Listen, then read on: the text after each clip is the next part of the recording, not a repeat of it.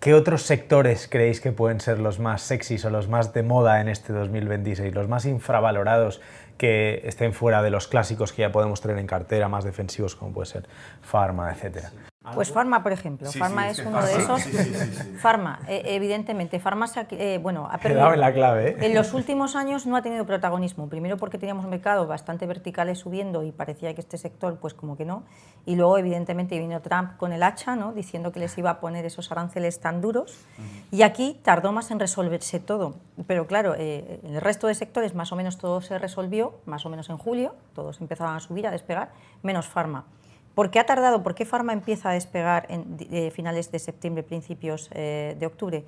Pues porque Trump ahí dijo, bueno, a Pharma es que le voy a poner unos aranceles especiales, ¿no? Yo quiero bajar los precios de los medicamentos y si aquí no hacen inversiones y además me bajan los precios, yo les voy a poner los aranceles del 150 o del 200% dentro de 1 año y medio o 2 años. Bueno, eso es como decir, no voy a hacer nada. Pero bueno, pero la verdad que el mercado pues se lo tomó bastante mal, ¿no? Por esa incertidumbre que pudiera haber. ¿Qué pasa? Que todo esto al final ha pasado de la siguiente forma. Las compañías farmacéuticas no es que se hayan comprometido a hacer inversiones, es que ya estaban haciendo inversiones en un país en el que venden el 60%, sea la que sea, o sea, tú te coges cualquier compañía europea de farma y vende el 60% de su cuenta de resultados viene en Estados Unidos, y estas compañías ya tenían ahí comprometidas inversiones de los medicamentos más importantes, los que valen más dinero precisamente, pues porque lo quieren tener ahí localizado, ¿no? Y entonces, pues bueno, esto al final ha pasado pues un poco sin pena ni gloria, ¿no? Y al final, pues esto se ha relajado bastante, es un sector que ahora empieza a tirar. Aparte que, bueno, como el resto ha tirado bastante y todo el mundo está muy pendiente, pues claro, bancos porque ha subido mucho, inteligencia artificial porque también está el run de si es burbuja o no es burbuja, ¿no? Entonces la gente dice, bueno, tal vez este sector que es defensivo, pero que, oye, me da un 8 o 10% de crecimiento al año en beneficios, pues a lo mejor es un sector que ahora está muy barato, que también me da un buen dividendo y se puede estar. Totalmente. Otro de esos sectores que también puede funcionar bastante bien es el consumo estable. ¿Por qué? Pues porque también lo ha hecho muy mal. Consumo estable, consumo discrecional, con tipos bajando. En Estados Unidos, perfecto, para dinamizar el consumo, desde luego. Sí. Y luego, también además, bueno, se les está arreglando también todo el tema de inflación en materias primas, ¿no? Que también era algo que les robaba en la cuenta de resultados. Y en Europa más de lo mismo, ahora mismo pensando que si aquí hay un catalizador, que es precisamente lo que hemos dicho, ese plan alemán que va a tirar de toda Europa y la gente empieza a salir a la calle a consumir más, pues desde luego todos esos sectores, también el tema moda, por ejemplo, consumo, sí, pues consumo discrecional en general, tema lujo incluso, sí, también. Tema lujo podría...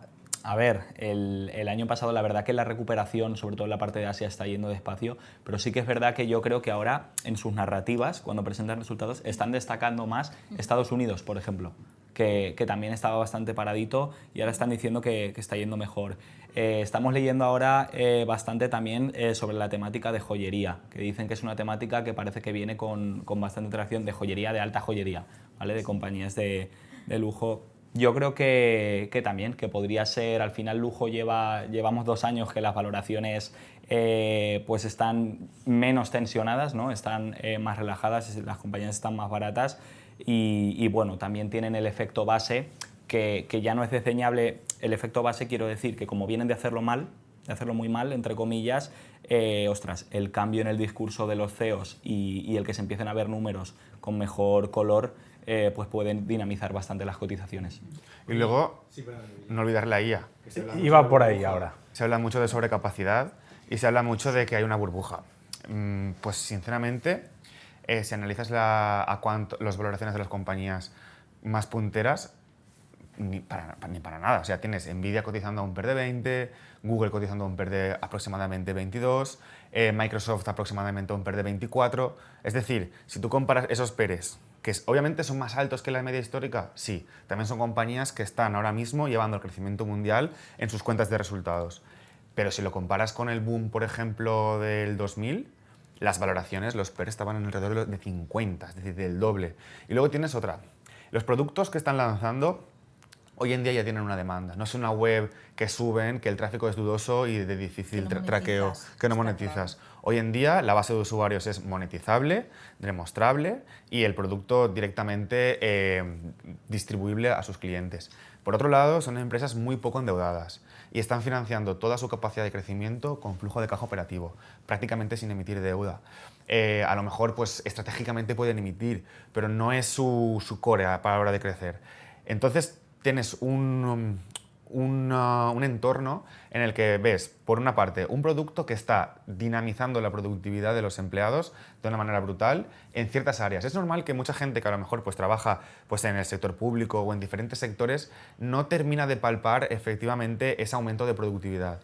Pero en muchísimos otros sectores sí que está pasando. Hablo de código a la hora de, por ejemplo, nosotros analizar noticias y ver compañías, entender sus procesos de fabricación y de cómo ganan dinero. Es un salto de productividad enorme y por tanto, ahí hay valor. Y encima tienes que muchas de las empresas que lo distribuyen no es su única fuente de ingresos. Por ejemplo, Google, dentro de su cloud, tiene otros servicios que vende. Microsoft igual. En ese sentido, sí que es cierto que en algunos puntos podríamos discutir, por ejemplo, en las gráficas de NVIDIA, si las nuevas TPUs de Google le pueden hacer frente o no. Es discutible. O cuando una empresa como Oracle depende demasiado de un cliente, como es OpenAI, y ahí OpenAI pierde poder adquisitivo porque Gemini de Google le empieza a robar clientes. Ahí yo creo que sería la discusión. Pero si tú miras el agregado en cuanto a data centers que se han creado y en cuanto al uso de la inteligencia artificial como tal, sin entrar en nombres particulares, no hay ningún tipo de burbuja y es más, está todo por hacer en ese sentido.